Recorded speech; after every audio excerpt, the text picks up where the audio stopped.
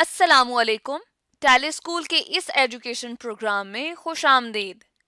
ये programme TV पर हुकूमत पाकिस्तान और सबक फाउंडेशन की शिराकत से पेश किया जा रहा है। इसके लेसन्स पाकिस्तान के तमाम तालीमी बोर्ड्स बशमूल कैम्ब्रिज के सिलेबस के मुताबिक तैयार किए गए हैं, जिसमें एजुकेशनल कंटेंट सबक फाउंडेशन प्रोवाइड कर रही है। सबक फाउंडेशन की वेबसाइट सबक.pk पर केजी से 12वीं जमात तक वीडियोस और प्रैक्टिस टेस्ट बिल्कुल मुफ्त दस्तयाब हैं। केमिस्ट्री के आज के लेसन में हम स्टडी करेंगे मोल, मोल कैलकुलेशन एंड एवोगैड्रोस नंबर। ये फेडरल, पंजाब, सिंध, केपीके और बलूचिस्तान की फर्स्ट ईयर के चैप्टर 1 और कैम्ब्रिज के चैप्टर द मोल का टॉपिक है। इस लेसन के बाद आप बैलेंस्ड केमिकल इक्वेशन को मोल्स की टर्म्स में इंटरप्रेट कर सकेंगे और मोल और एवोगैड्रोस नंबर को डिफरेंट स्टोकियोमेट्रिक कैलकुलेशंस में भी यूज़ कर सकेंगे। आज के लेसन और इससे मुंसलिक तमाम वीडियो लेक्चर्स को घर बैठ के देखने के लिए आप सबक.pk की वेबसाइट पे जा सकते हैं और वहां फ्री वीडियो लेक्चर्स के साथ साथ प्रैक्टिस टेस्ट भी मौजूद हैं, जिन्हें देखकर आप अपने कॉन्सेप्ट्स को पुख्ता कर सकते हैं और इम्तिहानात में ट्यूशन लिए बगैर शानदार नंबर हासिल कर सकते हैं। ये सब कुछ सबक.pk की वेबसाइट पर बिल्कुल मुफ्त दस्तयाब है। बात करते हैं जी मोल के हवाले से कि मोल क्या है। हमारे पास कोई भी सब्सटेंस हो, जैसे कोई एटम हो सकता है, या फिर उसमें बहुत सारे मॉलिक्यूल्स हो सकते हैं, या फिर फार्मूला यूनिट हो सकता है। ठीक है, उसमें बहुत सारे इस तरह के हमारे पास क्या होंगे कि या तो वो एटम पे कॉन्सिस्ट कर रहा हो, या मॉलिक्यूल्स पे, या फिर ऐसा हो कि वो फार्मूला यूनिट पे कॉन्सिस्ट कर रहा हो, तो हम कहते हैं कि वो सब्सटेंस है।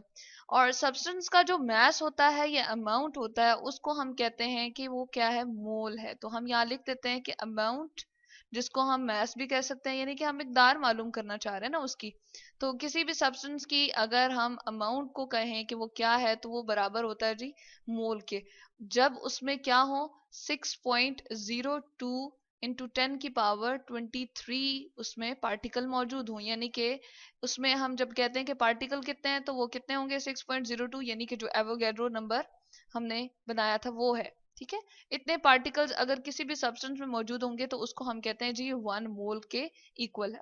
अब इसमें हमने किया क्या है, हमने ये किया है कि हमने मैस को एक लिंक कर दिया है किसके साथ जी, नंबर ऑफ पार्टिकल्स के साथ। नंबर के लिए मैं NO लिख रही हूँ, नंबर ऑफ पार्टिकल, यानी कि किसी भी सब्सटेंस के जो नंबर ऑफ पार्टिकल होते हैं हम गिन तो नहीं सकते उसको, लेकिन एवोगैड्रोस की वजह से हमने क्या कर दिया कि उसके एक नंबर दे दिए स्पेसिफिक, और इन दोनों को हम क्या कर रहे हैं जी, लिंक कर रहे हैं। अब वो मैस एटॉमिक भी हो सकता है, मोलिकुलर भी हो सकता है, और इसी तरह से फार्मूला भी हो सकता है।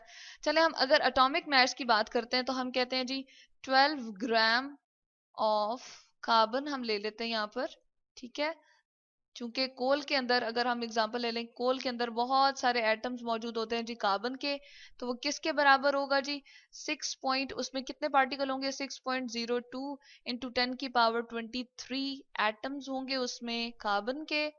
ठीक है, एटम्स ऑफ कार्बन, और इसी को हम कहते हैं जी किसके बराबर है, ये 1 मोल के बराबर है। तो हम कह देते हैं ये 1 मोल ऑफ कार्बन हो गया, या 1 मोल हम इसको कह देते हैं। चले, और इसी तरह से अगर मोलिकुलर हम कोई लेते हैं इस तरह से मैस, जिस तरह हम ले लेते हैं वाटर का, चले लेट सपोज यहाँ पर वाटर ले लेते हैं हम, और उसका जी मैस हमारे पास कितना आता है जी, 18 आता है। हम कहते हैं 18 ग्राम ऑफ वाटर अगर हम लें H2O, ठीक है, तो वो किसके इक्वल हो जाएगा जी, उसमें कितने हमारे पास मॉलिक्यूल होंगे, इतने की 6.02 जो हमने पहले लिया था एवोगैड्रोस नंबर, इंटू 10 की पावर 23 मॉलिक्यूल्स होंगे, और ये किसके बराबर हो जाएगा जी, ये 1 मोल ऑफ, यहाँ पर चले हम लिख देते हैं H2O, और ये 1 मोल ऑफ क्या बन जाएगा, H2O बन जाएगा। चले हम यहाँ पर पूरा लिख देते हैं 1 मोल ऑफ H2O। ठीक है, इसी तरह से ऊपर वाला जो हम कह रहे थे 1 मोल ऑफ कार्बन, कार्बन के लिए C का सिंबल हमने मेंशन कर दिया। तो यहाँ से हमें एक तो एटॉमिक मास का भी पता चल गया कि उसको हमने किस तरह से मोल के साथ रिलेट किया है। इसी तरह से हमने क्या कर लिया जी, मोलिकुलर मास को हमने रिलेट कर लिया है मोल के साथ। अब ऐसा करते हैं, एक फार्मूला यूनिट ले लेते हैं, जैसे हमारे पास NaCl ही है और उसका जी हम मैस जो लेते हैं, फार्मूला मैस जो होता है 58.5 ग्राम लेते हैं ऑफ NaCl, ठीक है। और इसको कहते हैं जी, इसमें कितने होंगे फार्मूला यूनिट्स, 6.02 इंटू 10 की पावर क्या होंगे जी 23, इसमें फार्मूला यूनिट्स होंगे, ठीक है। अब इसमें हम क्या बात कर रहे हैं कि छोटे छोटे वो जो यूनिट्स होंगे जो उसकी सारी की सारी कैरेक्टरिस्टिक्स को बता रहे होते हैं, वो 6.022 होंगे, ठीक है। और एक्सपायर इंटू 10 की पावर 23 हम पूरा का पूरा नंबर लेते हैं और इसको हम कहते हैं कि जी इसमें इतने आयंस होते हैं, पॉजिटिव और नेगेटिव आयंस, और भी फार्मूला यूनिट बना रहे होते हैं। तो NaCl हमने लिख दिया और ये बराबर होता है जी 1 मोल के, 1 मोल ऑफ, यहाँ पर चले हम लिख देते हैं NaCl, यहाँ पर इस साइड पे चले हम लिख देते हैं NaCl। अच्छा, अब क्या किया हमने, ये तो डिस्क्राइब कर दिया कि अगर हमारे पास ग्राम में मैश हो और उसको हम मोल के साथ एक्सप्लेन करना चाहें या मोल के साथ रिलेट करना चाहें तो हम कैसे कर सकते हैं। अब हम जो न्यूमेरिकल्स में एक्सप्रेस कर रहे होते हैं इसका फॉर्मूला, वो किस तरह से जनरेट करते हैं जी, चले हम यहाँ पर लिख देते हैं। अगर हम कैलकुलेशंस में मोल को निकालना चाहें या नंबर ऑफ मोल्स को निकालना चाहें तो यहाँ सेपरेटली हम बता देते हैं कि नंबर ऑफ मोल्स, नंबर के लिए NO अगेन मैं लिख रही हूँ, नंबर ऑफ मोल्स अगर किसी भी चीज के निकालने हो, मोल्स ऑफ सब्सटेंस चले हम लिख देते हैं, कोई भी सब्सटेंस हमारे पास हो सकता है, चाहे वो एटम का मिलके बना हो, मॉलिक्यूल का मिलके बना हो या फार्मूला यूनिट्स का मिलके बना हो। तो उसमें इस तरह से हम लेते हैं जी, ऊपर हम लिखते हैं डिविजन का एक साइन लेते हैं और ऊपर हम लिखते हैं जी नोन मैस, यानी कि वो वाला मैस जो हमें मालूम है, ठीक है। नोन मैस ऑफ सब्सटेंस, जैसे नमक ही हमने ले लिया, ठीक है। हमने जी 5 kg नमक लिया था घर में, ठीक है। और उसका नॉन मैस अब हमें पता है कि हम क्योंकि मेजर करवा के लाए थे कि इतना हमें नमक चाहिए तो इतना नमक दे दें, या शुगर ही हमें जिस तरह चाहिए होती है तो हम क्या कहते हैं कि जी 5 kg हमें शुगर दे दे, तो उसका मैस हमें क्या हो गया, नोन है, पता है। और नीचे हम जी डिवीजन लेकर आते हैं और डिवीजन के नीचे हम लिखते हैं जी उसका मोलर मैस, ठीक है। अब मोलर मैस क्या होता है, जो हमने उसके एटॉमिक लेवल पे फाइंड किया था जी, आपके पास जो नमक है उसमें सोडियम का कितना मैस था और क्लोरीन का कितना मैस था, और उन दोनों को ऐड अप कर दिया था, जो 58.5 ग्राम हमारे पास आ गया था, तो वो क्या है, मोलर मैस आ जाएगा ऑफ सब्सटेंस। अच्छा, अब इन दोनों में फर्क क्या है, फर्क सिर्फ इतना सा है कि जो हम मैस ले रहे होते हैं, नॉन मैस, वो हम केजी में ले रहे होते हैं, ठीक है, या ग्राम में ले रहे होते हैं, ठीक है। ग्राम में ले सकते हैं आप या फिर आप उसको केजी में ले सकते हैं, लेकिन यहाँ पर बहुत छोटी कैलकुलेशंस हैं तो हम इसका जो यूनिट लेंगे वो जिसमें मेजर करना चाह रहे होंगे वो जी है आपके पास ग्राम। जबकि ये नीचे वाला जो हमारे पास है मोलर मैस, इसको हम किस में लेते हैं, है तो ये भी मैस ही, यहाँ पर सिंपली मैस था, ठीक है, और यहाँ पर क्या आ गया जी आपके पास, मोलर मैस आ गया। तो क्या होगा, ग्राम के साथ जी अब हम क्या लगा देंगे, कितने ग्राम एक मोल के अंदर, तो इसको ग्राम पर मोल लिखा करते हैं, या फिर इसको हम यूं भी लिख सकते हैं जी, ग्राम और मोल के ऊपर यहाँ पर टॉप राइट कॉर्नर पे हम लिख देते हैं -1, यानी कि इसका भी मतलब यही होता है जो हमने ये ऊपर लिखा है, तो ये क्या हो जाएगा, ग्राम पर मोल। अच्छा, अब इसमें से हम ये भी फाइंड कर सकते हैं कि किसी चीज के हमें नंबर ऑफ मोल्स पता हो तो हम उसके क्या कर सकते हैं जी, मैस को फाइंड कर सकते हैं, कि हम निकालना चाह रहे हैं कि अच्छा उसका मैस कितना था, तो हम चले इसको यहाँ पर लिख देते हैं कि अगर आपसे कोई ये पूछे कि ये मैं आपको नंबर ऑफ मोल्स दिए हुए हैं और आपको मोलर मैस भी उसका पता है, तो आप ये निकाल के बता दीजिए कि मैस ऑफ सब्सटेंस कितना होगा। तो हम यहाँ से निकाल देते हैं इस फार्मूला से, मैस ऑफ सब्सटेंस, कोई भी आप सब्सटेंस ले रहे हैं, चाहे वो एटम से मिलके बना हुआ है या फिर मॉलिक्यूल से या फिर फॉर्मूला यूनिट से, तो आप क्या करेंगे, यहाँ पर सिंपली मैथ के रूल के अकॉर्डिंग यहाँ पर जाकर इसको क्रॉस मल्टीप्लिकेशन कर देंगे, यानी कि ये वाली चीज आपके पास यहीं पर रहेगी और ये वाली चीज यहाँ पर जाकर क्या हो जाएगी, मल्टीप्लाई हो जाएगी। तो हम कहेंगे नंबर ऑफ, अगेन मैं एन और लिख रही हूँ, नंबर ऑफ, नंबर के लिए यहाँ पर number of moles of substance जो भी था इनटू हो जाएगा जी ये वाला चीज, ये वाली हमारे पास जो है मोलर मैस, ठीक है। उस सब्सटेंस का मोलर मैस इनटू हमने क्या कर दिया जी, मल्टीप्लाई कर दिया उसको नंबर ऑफ मोल से, तो आपके पास क्या आ जाएगा, मैस उस सब्सटेंस का आ जाएगा, और किस में आ जाएगा जी, ग्राम में आएगा। ग्राम के लिए हमने जी लिख दिया, तो ये उसका यूनिट लिख दिया कि मास उस सब्सटेंस का जब हम निकालते हैं तो क्या आ जाएगा, वो ग्राम में आपके पास मास आ जाएगा इस वाले फार्मूला से, ये जो हमने अभी लिखा है। तो ये कुछ दो फार्मूलाज हैं, ये नंबर 1 और ये वाला नंबर 2। तो इनको हम न्यूमेरिकल्स में और डिफरेंट कैलकुलेशंस में आगे यूज।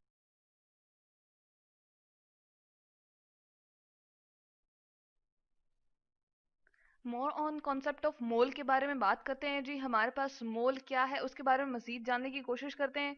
देखिए हमारे पास जो एटम होता है बेसिकली वो बहुत ही स्मॉल पार्टिकल है, ठीक है। हम एटम के बारे में क्या कहते हैं जी, हमारे पास वो क्या होता है, एक्सट्रीमली स्मॉल पार्टिकल है कि हम उसको नेकेड आई से नहीं देख सकते, आम आंख से नहीं देख सकते, ठीक है। तो इसके लिए हम जो है स्पेसिफिक इंस्ट्रूमेंट्स वगैरह यूज करते हैं। अब देखें जब ये हमारे पास बहुत ज्यादा छोटा है, हमारे पास एटम जो है एक्सट्रीमली स्मॉल पार्टिकल है, इसके अलावा हमारे पास एटम के अलावा जो है हमारे पास मॉलिक्यूल भी होते हैं, ठीक है, फार्मूला यूनिट्स भी होते हैं, ठीक है, और भी हमारे पास जो है केमिकल स्पीशीज होते हैं। मॉलिक्यूल्स में लिख देती हूँ, इसके अलावा हमारे पास क्या होते हैं जी, हम कहते हैं हमारे पास डिफरेंट फार्मूला यूनिट्स होते हैं। जैसे हमारे पास नमक है ना, NaCl, हम उसको लिखते हैं फार्मूला यूनिट होता है, ठीक है। एक खास उसका हम कहते हैं कि आयनिक कंपाउंड जो भी होते हैं उनके लिए हम नाम क्या यूज करते हैं, फार्मूला यूनिट, ठीक है। अब ये क्या होते हैं, एक्सट्रीमली स्मॉल पार्टिकल हैं, तो इनका जो वेट होता है वो हम ऐसे मतलब कि नॉर्मल चीज़ों से जो हमारे पास वेट करने के लिए डिफरेंट इंस्ट्रूमेंट्स होते हैं, ठीक है, उनसे हम डिटर्मिन नहीं कर सकते, ठीक है। जैसे हम तराजू में डाल ले और कहेंगे इतनी है, ठीक है। तो स्मॉल एटम्स, स्मॉल पार्टिकल्स का जो वे होता है, अमाउंट होता है, उसको वे करना मुश्किल होता है। इसीलिए हमने एक यूनिट जो है वो इसके लिए बताया, जो कि क्या है हमारे पास, AMU, ठीक है, एटॉमिक मास यूनिट हम उसको कहते हैं। लेकिन अपनी कन्वेंशन के लिए जैसे हमारे पास क्या है जी, कुछ एलिमेंट का ढेर है, जैसे हम ले लेते हैं हमारे पास कार्बन का ही जो है क्या पड़ा हुआ है, एक ढेर सा पड़ा हुआ है, ठीक है। हमारे पास कोयला जो है वो बहुत ज्यादा अमाउंट में पड़ा, तो हम क्या कहते हैं, हमारे पास क्या है, कार्बन है, कार्बन एलिमेंट है, ठीक है। अब इसको हम किस उसमें वे कर सकते हैं, हम इसके लिए क्या क्या नॉर्मल से हम कन्वेंशन के लिए क्या यूज कर रहे होते हैं, हम यूज कर रहे होते हैं जी ग्राम्स। इसके 5 ग्राम हमने ले लिए, या पाउंड भी हम बाज़ औक़ात यूज कर रहे होते हैं, या किलोग्राम भी हम कह देते हैं, ठीक है। तो एलिमेंट को हम जो है वो अगर ग्राम में वे कर रहे होते हैं, ठीक है, तो 1 ग्राम से जब हम उसको जो है वो ले रहे होते हैं, ठीक है, रिप्रेजेंट कर रहे होते हैं, तो ग्राम से रिलेशनशिप निकालने के लिए हम अमाउंट को, केमिकल स्पीशीज की अमाउंट को, ठीक है, हम क्या कह देते हैं, हम कह देते हैं, इसको हम यहाँ पर लिखते हैं जी, हमारे पास अमाउंट हो, ठीक है, या क्वांटिटी हो, ठीक है, या फिर मैस हो, ठीक है। जो केमिकल स्पीशीज का हमारे पास मैस हो, अमाउंट हो, तो उसको हम कह देते हैं मोल। तो हमने यहाँ पर क्या करना है, एलिमेंट के ग्राम को हमने रिलेट करना है किससे, हमने 1 ग्राम को रिलेट करना है जी मोल से रिलेट करना है, ठीक है। हम जो कह रहे होते हैं कि कोयले के 5 ग्राम ले लिए हैं, या हमने डिफरेंट ग्राम्स ले लिए हैं, ठीक है, तो उसको हम एक खास फार्मूला से जो है रिलेट करते हैं। हम क्या करते हैं, एलिमेंट के लिए जो है वो हम यूज कर लेते हैं जी नंबर ऑफ ग्राम एटम्स, ठीक है। हम क्या ले लेते हैं, number of gram atoms. Number of gram atoms को हम नंबर ऑफ मोल्स भी कह सकते हैं, ठीक है।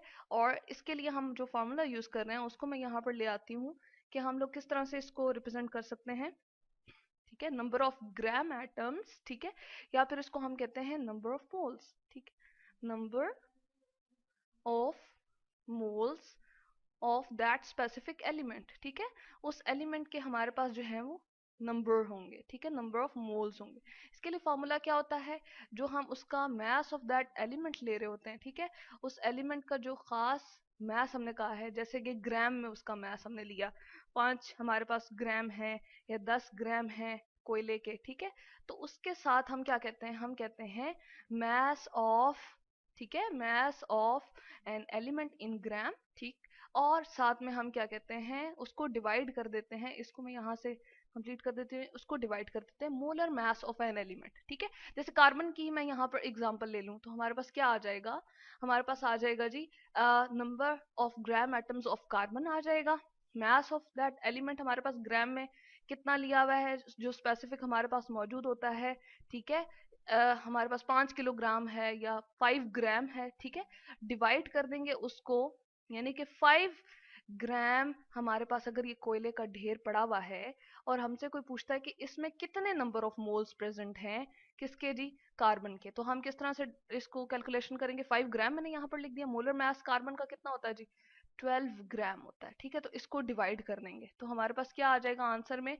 हम देख लेते हैं कि हमारे पास जो है एक खास कैलकुलेशन आ जाएगी। ठीक है, इस तरह से हम जो है इसकी डिफरेंट न्यूमेरिकल्स में इसको यूज कर रहे होते हैं। अब यहाँ पर मैं बताती चलूँ कि कुछ जो हम यूज कर रहे होते हैं हाइड्रोजन के लिए नंबर ऑफ मोल्स जिस तरह हम कहते हैं 1